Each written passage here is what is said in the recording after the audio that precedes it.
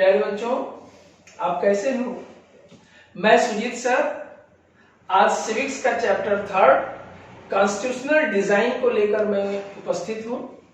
आज हम constitutional design अर्थात संवैधानिक निर्माण में इन विषयों की चर्चा करेंगे कि किसी देश का संविधान कैसा बनता है, कैसे बनता है, संविधान के निर्माण के क्या स्वरूप होते हैं, और जब कोई देश मोनार्की से डेमोक्रेसी होती है तो डेमोक्रेसी के लिए संविधान कितना आवश्यक हो जाता है, इन विषयों पर चर्चा करेंगे।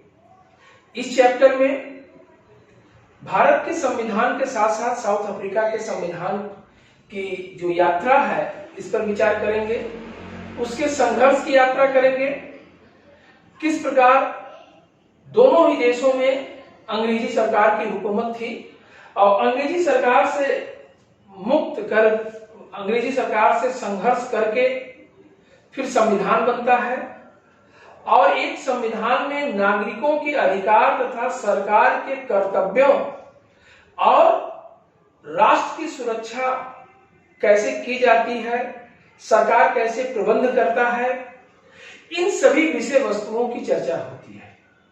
संविधान में नागरिकों के अधिकारों, उसकी सुरक्षा, जीवन जीने की आजादी, काम करने की आजादी, तमाम मूल्यों की चर्चा होती है। क्या जब किसी देश का संविधान एक बार बन जाता है तो जैसे समय बदलता है, वातावरण बदलता है, परिस्थितियां बदलती है, उसके हिसाब से क्या संविधान में संशोधन होते हैं, संशोधन होने के क्या तरीके हैं, ये क्रमशः इन सब विषयों पर हम चर्चा करेंगे। तो पहले इस चैप्टर में हम साउथ अफ्रीका के संविधान की चर्चा करेंगे पहले वीडियो में। हम इसके बाद दूसरे वीडियो में देखेंगे भारत का संविधान का निर्माण कैसे हुआ। तो आइए बच्चों, प्यारे दोस्तों, ये देखते हैं कि democratic constitution in south Africa. South Africa पर भी बच्चों ब्रिटिश गवर्नमेंट की अर्थात गोरी सरकार की हुकूमत थी। 17-18 सेंचुरी में व्यापार करने के लिए सरकार वहां पर गई, ब्रिटिश सरकार, लेकिन वो धीरे धीरे शासन सत्ता पर वहां कब्जा कर लेती है और वहां कॉलोनी बना करके लोकल लोगों को, जो वहां के ब्लैक लोग हैं, न केवल उन पर शासन करती है बल्कि हर प्रकार से उनका एक्सप्लॉयटेशन भी करती है। अगर देखा जाए तो 1950 से संघर्ष आजादी का साउथ अफ्रीका में जबरदस्त चला।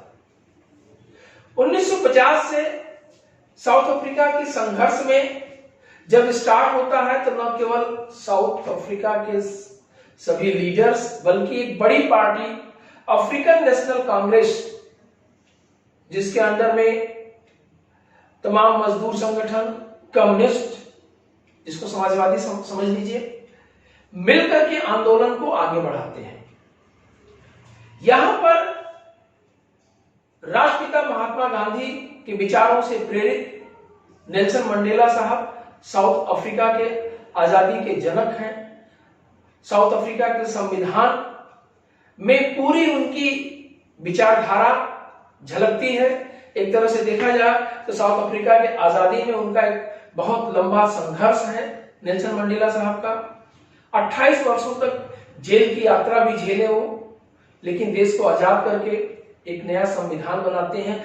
ऐसा संविधान जो विश्व के लिए एक आदर्श का रूप आज भी है।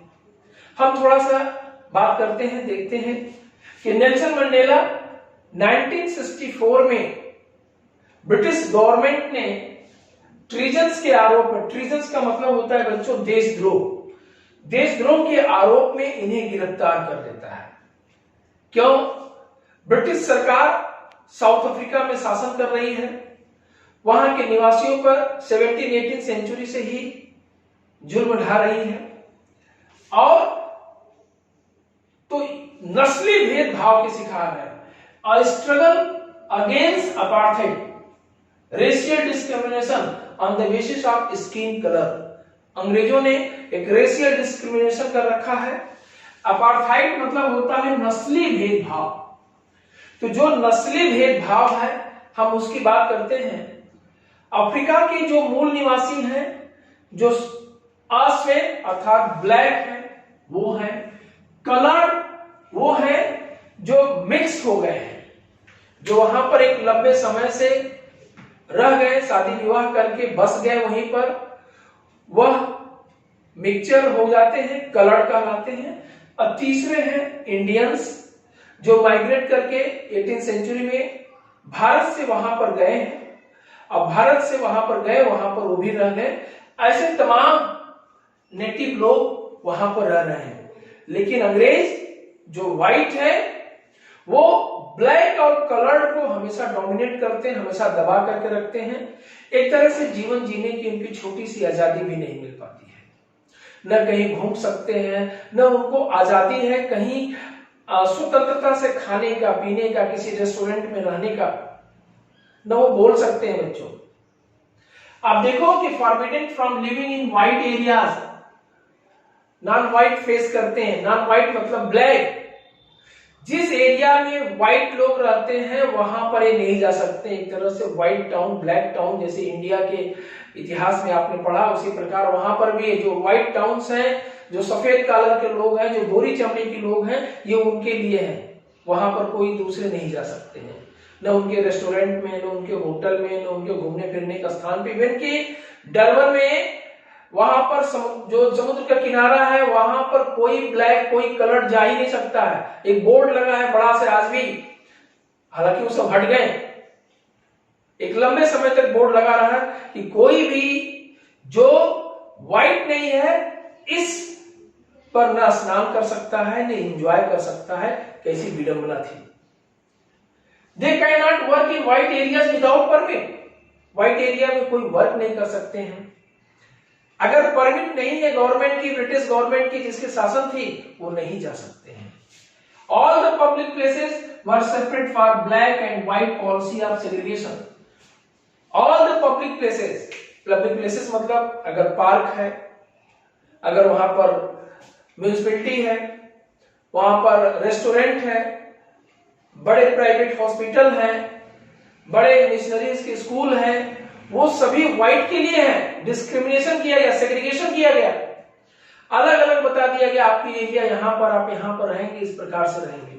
और coloured black fought against the apartheid system. इस नस्ली भेदभाव के खिलाफ कलर्ड और ब्लैक पीपुल्स मिलकर के लड़ते हैं system under the leadership of African national Congress. Party है अफ्रीकन नेशनल कांग्रेस के अगेंस्ट लड़ते हैं, जिसके लीडर हैं नेल्सन मंडेला। आप समझो कि बच्चों एक लंबी लड़ाई 1950 से स्टार्ट हुई। नेल्सन मंडेला साहब को 1964 में गिरफ्तार कर लिया गया और ट्रीजन के आरोप में, देशद्रोह के आरोप में बंदी बना दिया गया। लेकिन जो उन्होंने आजादी की जो मशाल जलाई थी, नस्ली भेदभाव के खिलाफ जो मशाल जलाई थी, ब्रिटिश हुकूमत के खिलाफ साउथ अफ्रीका में उनकी जलाई हुई मशाल की लौ बुझ न सके, इसलिए हर जगह क्रमशः विद्रोह होता रहा। यह बात अंग्रेजी सरकार को भी, गोरी सरकार को भी समझ में आ गई कि अगर संविधान में कुछ परिवर्तन नहीं किया जाएगा, एक लंबे समय से हम लोग यहाँ रह रहे हैं, अपना व्यापार यहाँ स्टैब्लिश कर चुके हैं, यहाँ घर परिवार बसा चुके हैं, हम लोग कहां जाएंगे। ऐसी परिस्थितियों में 28 वर्षों के बाद नेल्सन मंडेला साहब देश जेल से आजाद होते हैं। रॉबन आइलैंड्स पर बंदी बना करके रखा गया था। नेल्सन मंडेला आजादी के बाद फिर से देश के संविधान बनाने के लिए लग जाते हैं। देश आजाद होता है, एक नई सरकार की गठन होती है नेल्सन मंडेला के नेतृत्व में। सरकार तो बन गई, लेकिन एक संविधान की बात थी जिसके नियमों कानूनों के तहत देश चल सके, सरकार की भी सुरक्षा हो सके, सरकार के नियम कानून बन सके, कि कोई नई सरकार जो अपने पावर का मिसयूज न कर सके, देश को एक गैर लोकतांत्रिक दायरे में न ले जा सके, तथा नागरिकों की सुरक्षा, देश की सुरक्षा पर अच्छे से ध्यान कर सके, और जिसमें सभी वर्ग के लोग, चाहे वो ब्लैक हो, चाहे वो कलर्ड हो, और वो गोरे व्हाइट व्यक्ति जो स्थानीय रूप से साउथ अफ्रीका में रह रहे हैं, हमें कोई उनको रहने से दिक्कत नहीं है, भले वो माइनॉरिटी में हो, लेकिन मेजॉरिटी की सरकार, ब्लैक की गवर्नमेंट उनको सप्रेस नहीं करेगी, उनको दबा करके नहीं रखेगी। एक ऐसा संविधान होगा जिसमें सभी लोग भाईचारा की भावना से मिलजुल करके रह सकते हैं। हर वर्ग के लोग एक दूसरे के साथ सम्मान करेंगे। और यह कहा जाता है कि भले ये गोरी सरकार ने हमें अतीत में, इतिहास में बहुत दबाया है, बहुत शोषण किया है, अब वह वक्त आ गया है, इसे भूलने की जरूरत है और एक नए सिरे से शुरू करने की जरूरत है। और नेल्सन मंडेला ने वह करके दिखाया। तो देखो बच्चों, Nelson Mandela walk free after 28 years. आजादी मिलती 28 वर्षों के बाद the government of South Africa finally had to give in and change it policy. अपने पॉलिसी को बदलना शुरू कर दी गवर्नमेंट सरकार, वहां की व्हाइट गवर्नमेंट सरकार। Finally 26 April 1994 apartheid government come to an end. जो नस्लीय भेदभाव की सरकार थी समाप्त हो गई। एक नई सरकार 1994 में नेल्सन मंडेला के नेतृत्व में बनती है। एक अम्ब्रेला सरकार बनती है जिसमें कम्युनिस्ट, मजदूरों के संगठन, व्हाइट ग्रुप के संगठन, सबको सहभागिता दी जाती है। ये बहुत बड़ी बात थी। Formation of multi-racial government after 2 years of discussion and debates, South Africa came out with one of the finest constitution in the world has ever. 2 वर्षों के बाद जाकर के दुनिया को एक ऐसा संविधान मिला साउथ अफ्रीका में जिस पर पूरी दुनिया गर्व करती है। मतलब जब अच्छे अच्छे देश के संविधानों की बात आती है तो उसमें साउथ अफ्रीका के संविधान की भी चर्चा होती है। इंडिया का कॉन्स्टिट्यूशन, अमेरिका के कॉन्स्टिट्यूशन, ब्रिटेन के कॉन्स्टिट्यूशन, सब कॉन्स्टिट्यूशन की चर्चा होती है, उसमें साउथ अफ्रीका के कॉन्स्टिट्यूशन की भी चर्चा होती है। किस बात को लेकर के? वहां के संविधान के प्रियम्बल में लिखा है क्या? हमें उन मूल्यों को संभाल करके रखना है जो लोकतंत्र को मजबूत करती। वो मूल्य क्या है? वो मूल्य यह है कि अगर ब्लैक हो तो, कलर्ड हो तो, और व्हाइट पर्सन हो तो सभी के लिए एक संविधान होगा। न मेजॉरिटी माइनॉरिटी को सप्रेस कर सकती है और न माइनॉरिटी अतीत में जो शासन थी गुलामी की उसकी कोई वकालत नहीं कर सकता है। एक अच्छी सरकार का मतलब ही होता है, एक अच्छे संविधान का मतलब ही होता है कि वहां के रहने वाले सभी वर्ग के लोगों की सुरक्षा करे, चाहे वो ब्लैक हो, व्हाइट हो, माइनॉरिटी में, मेजॉरिटी में हो, सभी की सुरक्षा की बात आती है, सभी की स्वतंत्रता की बात आती है, सभी की समानता की बात आती है। ये बात साउथ अफ्रीका के संविधान में स्पष्ट लिखा है। A long walk to freedom, Nelson Mandela साहब की जो बुक है, उनकी जीवनी है, उसमें उन्होंने जो अपने दर्शन दिखाया कहीं न कहीं साउथ अफ्रीका के कॉन्स्टिट्यूशन के प्रियम्बल में झलकता है। और वो सारे मूल्य एक डेमोक्रेटिक कंट्री के लिए, एक इंडिपेंडेंट कंट्री के लिए जो होने चाहिए, वास्तव में साउथ अफ्रीका के संविधान में झलकता है। आज भी साउथ अफ्रीका का संविधान बहुत सुंदर है, व्यवस्थित है और सरकार की प्रबंधकीय व्यवस्था, जो भी आज साउथ अफ्रीका के विकास देखने को मिलता है, उसकी पूरी प्रबंधकीय व्यवस्था संविधान के द्वारा निर्देशित है। उसकी गाइडलाइंस उसमें पूरी तरह से झलकता है। और वहां आज व्हाइट लोग भी हैं बच्चों, ब्लैक लोग भी हैं, सब एक नागरिक हैं, एक सिटीजन्स हैं, वो साउथ अफ्रीका के नागरिक कहलाते हैं। जो वहां रहना चाहे ब्लैक, जो व्हाइट वहां रहना चाहे वो आज भी वहां है। उनका अपना बिजनेस है, उनका अपना व्यापार, उनकी अपनी बिल्डिंग है। जो छोड़ के जाना चाहे वो बहुत पहले चले गए, 40 से 50 वर्ष के पहले ही।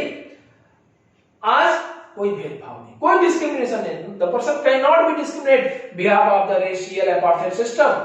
Every person equal before law. ये चीज है भारतीय साउथ अफ्रीका के संविधान की विशेषता। तो आज हमने पढ़ा साउथ अफ्रीका का संविधान। साउथ अफ्रीका का संविधान यहां पर कंप्लीट हुआ बच्चों। हम सेकेंड वीडियो में पढ़ेंगे भारत के संविधान का निर्माण कैसे हुआ, भारतीय संविधान के निर्माण की क्या यात्रा थी और संवैधानिक मूल्यों को कैसे आज भी सुरक्षित रखा गया है, और भारत का संविधान कितना मजबूत है, कैसे बना, पूरी जानकारी हम सेकेंड वीडियो में लेंगे।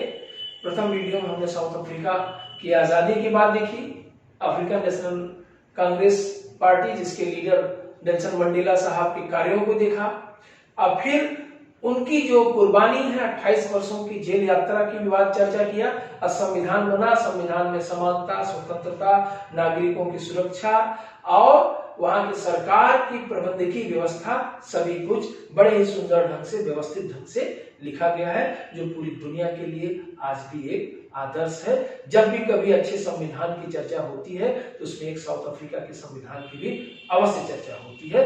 किसी भी लोकतांत्रिक देश में जब भी संविधान बनता है तो इन सारी बातों को उसमें स्वीकार किया जाता है, जैसे समानता की, स्वतंत्रता की, सुरक्षा की, बिजनेस व्यापार करने की। ठीक है बच्चों, अब साउथ अफ्रीका का संविधान पूरा हुआ। आशा है आपको वीडियो अच्छा लगा होगा। आपको अच्छा लगता है बच्चों इसे लाइक करें, शेयर करें, इसको सब्सक्राइब करें। हम नेक्स्ट वीडियो में देखेंगे भारत के संविधान का। Thank you once again, thank you for watching video.